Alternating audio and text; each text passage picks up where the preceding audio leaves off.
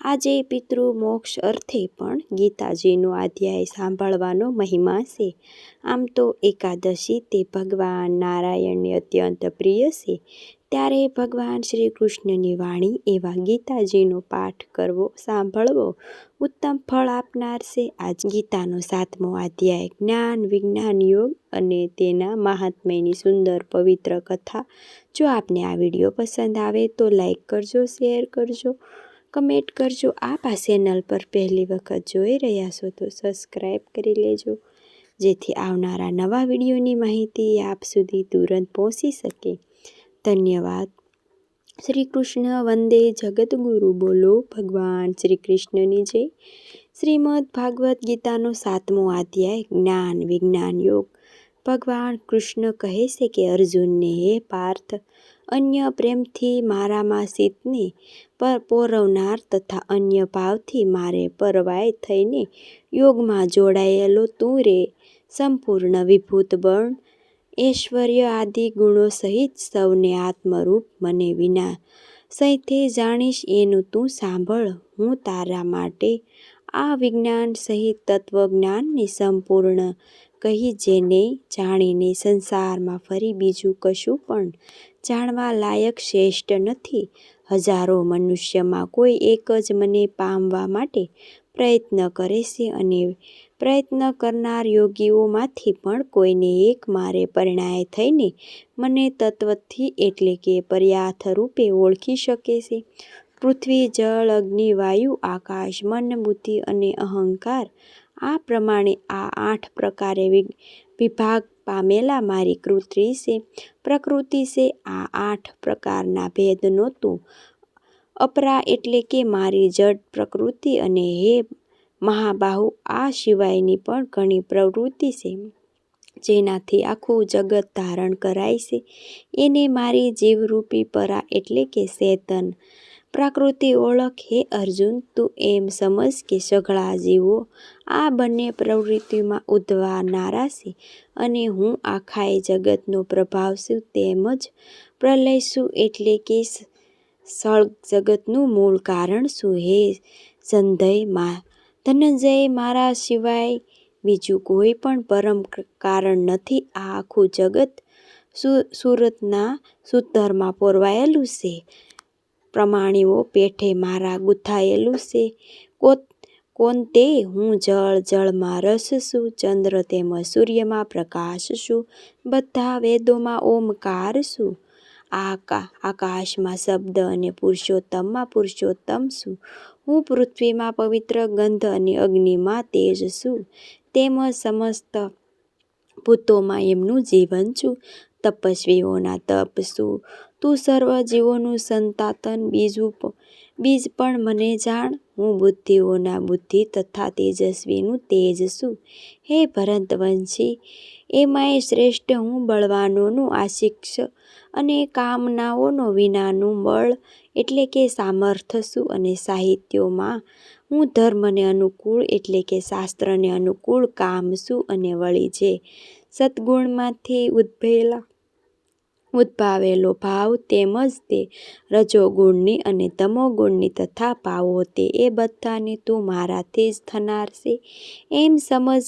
એમ હોવા છતાં પણ વાસ્તવમાં તેમના હું તેઓ મારામાં નથી. ગુણોમાં કારરૂપ સાત્વિક, રાજસ અને તામસ એવા આ 3 પ્રકારના ભાવોથી આખો સંસાર પાણી સમુદ્રમાં મોહ પામી રહ્યો છે. માટે જ આ 3 ગુણોને પર એવા મુજ અવિનાશી નથી ઓળખાતો, કેમ કે આ આલોક અર્થાત ઘણી અદ્ભુત ત્રિગુણમય મારી માયા પર કરવી ઘણી અઘરી છે. પરંતુ જે મનુષ્ય માત્ર મને જ નિરંતર ભજે છે, તેઓ આ માયાને પાર કરી જાય છે,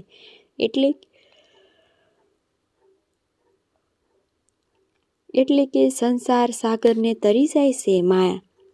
માયા વડે જેમનું જ્ઞાન હરાયેલું છે, એવા આ આસુરી સ્વભાવને તું તારી તરી રાખ. મનુષ્યોમાં અધર્મ દ્રષ્ટિ કર્મ કરનાર મુંડનનો મને નથી ભજતા એ ભરતવંશી ઉત્તમ કર્મ કરનાર અર્થાત દુનિયાની પદાર્થને માટે જનાર આરત અર્થાત સંકટ નિવારણ માટે ભજનાર જિજ્ઞાસુ અર્થાત મને યથાપણી જાણવાની ઈચ્છા રાખનાર અને આ જ્ઞાની એવા 4 પ્રકારના ભક્તોને મને ભજે છે. એમાંય હંમેશા મારામાં એકાત્મ ભાવે સ્થિત અન્ય પ્રેમ ભક્તિ રાખનાર જ્ઞાની ભક્ત ઘણા શ્રેષ્ઠ છે. કેમ કે મને તત્વથી ઓળખનાર જ્ઞાની હું અત્યંત પ્રિય છું અને એ જ્ઞાની મને અત્યંત પ્રિય છે. આ બધાએ ભક્તો આદર્શે છતાં એ સર્વેમાં જ્ઞાની તો સંસારમાં મારું સ્વરૂપ છે એવો મારો મત છે. એમાંય કે એ મારામાં જ મન તથા બુદ્ધિ રાખનાર જ્ઞાની ભક્ત અતિ ઉત્તમ ગતિ સ્વરૂપ છે એવા મારામાં સ્વયં રીતે સ્થિત છે. ઘણા જન્મો પછી આ અંતિમ જન્મમાં તત્વજ્ઞાન પામેલા મનુષ્ય સર્વે કાંઈ વાસુદેવ છે એવા ભાવેથી ભજે છે. એ મહાત્માને ઘણો દુર્લભ છે. અમુક ભોગોમાંથી કામના વડે જેમનું જ્ઞાન હરાઈ ચૂક્યું છે એ મનુષ્યો પોતાના સ્વભાવથી બેરાઈને અમુક નિયમને ધારણ કરી લે છે અને અન્ય દેવતાઓને ભજે છે. એટલે કે ઉપસે છે. જે સકામ ભક્તો છે, જે દેવતાઓ છે સ્વરૂપ છે શ્રદ્ધાથી પૂજવા ઈચ્છે છે તેને તે ભક્તની શ્રદ્ધાને હું જ દેવતા પ્રત્યે દ્રઢ કરું છું. મનુષ્યએ શ્રદ્ધાથી યુક્ત થઈને એ દેવતાનું પૂજન કરે છે અને દેવતા પાસેથી મારા વડે જ વિધાન કરેલા એ ઈચ્છેલા ભોગોને નિસંદેહ પામે છે. પરંતુ અલ્પબુદ્ધિનો તેનું ફળ નાશવંત છે. તેમજ એ દેવતાઓને પૂજનાર જનો દેવતાઓને પામે છે. જ્યારે મારા ભક્તો ભલે ગમે તે ભજે છેવટે તેઓ મને જ પામે છે. અજ્ઞાનીઓ મારા સર્વશ્રેષ્ઠ અવિનાશી પરમ ભાવે છે ઓળખે છે. વ્યક્ત અર્થાત મન ઇન્દ્રિયો પર એવા મુજ સચ્ચિદાનંદ પરમાત્માને મનુષ્યની પેઠે જન્મ લઈ વ્યક્તિભાવને પરમાનાર માને છે. પોતાની યોગ માયા વડે ટાંકાયેલો હું સૌને પ્રત્યે નથી જતો. માટે આ જ્ઞાન જન સમુદાય મુજમાં અવિનાશી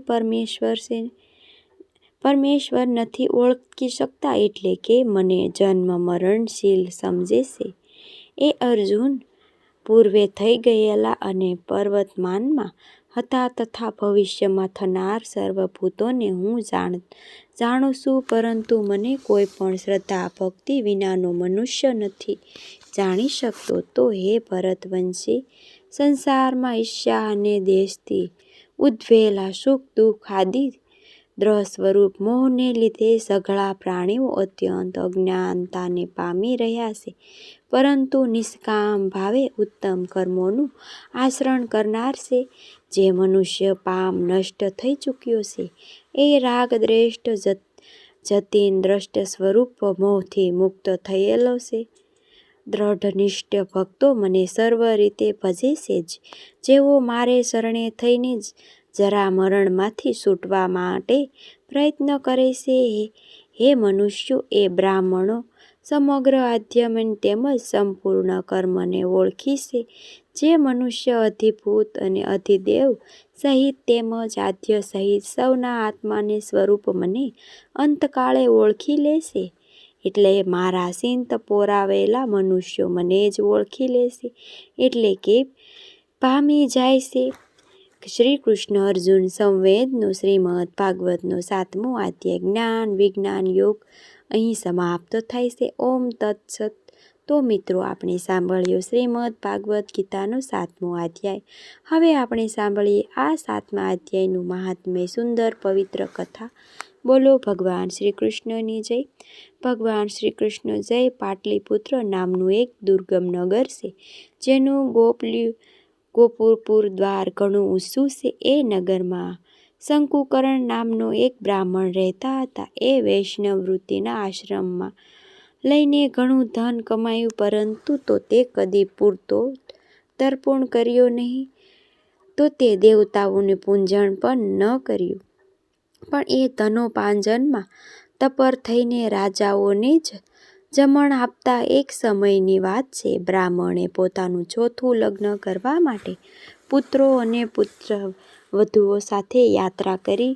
માર્ગમાં અડધી રાતના સમયે જ્યારે ઊંઘી રહ્યા હતા, ત્યારે એક સર્પએ ક્યાંકથી આવીને એના હાથમાં ડંખ મારી દીધો. ડંખ મારતા જ એ બ્રાહ્મણ એવી દશા થઈ કે મણિમંત્ર, ઔષધિ વગેરેથી પણ એના શરીરની રક્ષા અસંધ્ય જણાવા. ત્યાં પછી થોડી ક્ષણોમાં એના પ્રાણ જતા રહ્યા. ઘણા સમય પછી એ પ્રેત સર્પયોનિમાં જન્મ લીધો. જન્મ્યા એનું ચિંતન ધનની વાસનામાં બંધાયેલું હતું. એણે પૂર્વ ઘટનાનું સ્મરણ કરીને વિચાર્યું કે જે ઘરની બહાર કરોડોની સંખ્યામાં પોતાનું ધન દાટેલું છે, ત્યાં એનાથી આ પુત્રો વંચિત કરીને હું જાતે જ એની રક્ષા કરીશ. એક દિવસ સાપની યોનિ પીડાઈને પિતાએ સ્વપ્નમાં પોતાના પુત્રને સમક્ષ આવી પોતાનો મનોભાવ જણાવ્યો. ત્યારે એના નિર્કુંજ પુત્રોએ સવારે ઉઠીને મોટા વિસ્મય સાથે એકબીજાની સ્વપ્નની વાત કહી. પુત્રોમાંથી બસેટ પુત્ર કોદાળી હાથમાં લઈને ઘરની બહાર નીકળ્યો અને જ્યારે એની પિતા સર્પયોનિ ધારણ કરીને રહેતા હતા એ સ્થાને ગયો. જોકે એને દાટેલા ધનની જગ્યાની બહાર જાણ ન હતી, છતાં પણ એને સિંહોની એનો પાકો નિશ્ચય કરી લીધો કે એ રોગ બુદ્ધિ ત્યાગ પહોંચીને રાફડાને ખોદવા લાગ્યો. ત્યારે એક રાફડામાંથી ઘણો ભયાનક સાપ પ્રગટ થયો અને બોલ્યો, અરે મોઢ, તું કોણ છે? કેમ આવ્યો છો? શા માટે દર ખોદી રહ્યો છે? પછી કોણ તને મોકલ્યો છે? આ બધી વાતો મને જણાવતા. ત્યારે બ્રાહ્મણ પુત્ર બોલ્યો, હું આપનો જ પુત્ર છું. મારું નામ શિવ છે. હું રાત્રે જોયેલા સ્વપ્નથી વિસ્મત થઈને અહીં સુરવણ લેવા માટે કુતૂહલથી આવ્યો છું. પુત્રની આ વાણી સાંભળીને એ સાપ હસતો હસતો ઊંચા અવાજે સ્પષ્ટ બોલ્યો, જો તું મારો પુત્ર છે તો મને સ્વત્વરૂપે બંધનમાંથી મુક્ત કર. હું પૂર્વજન્મમાં દાટેલા ધન માટે જ સર્પયોનિમાં જન્મ્યો છું. ત્યારે પુત્ર પિતાને પૂછ્યું કે પિતાજી, આપની મુક્તિ કેવી રીતે થશે? એનો કોઈ ઉપાય જણાવો, કેમ કે હું આ રાત્રે સૌને છોડીને આપની પાસે આવ્યો છું. ત્યારે પિતાએ કહ્યું કે પુત્ર, ગીતાજીનો સાતમો અધ્યાય સિવાય મને મુક્તિ કરવામાં તીર્થ, દાન, તપ, યજ્ઞ કંઈ પણ સમર્થ નથી. માત્ર ગીતાજીનો 7મો અધ્યાય જ પ્રાણીઓના ગઢપણ, મૃત્યુ વગેરે દુઃખ દૂર કરનારો છે. પુત્ર, મારા સાધકના દિવસે 7 અધ્યાય પાઠ કરનાર બ્રાહ્મણ શ્રદ્ધાપૂર્વક ભોજન કરાવવું, એનાથી થતી સંદેહ મારી મુક્તિ થઈ જશે.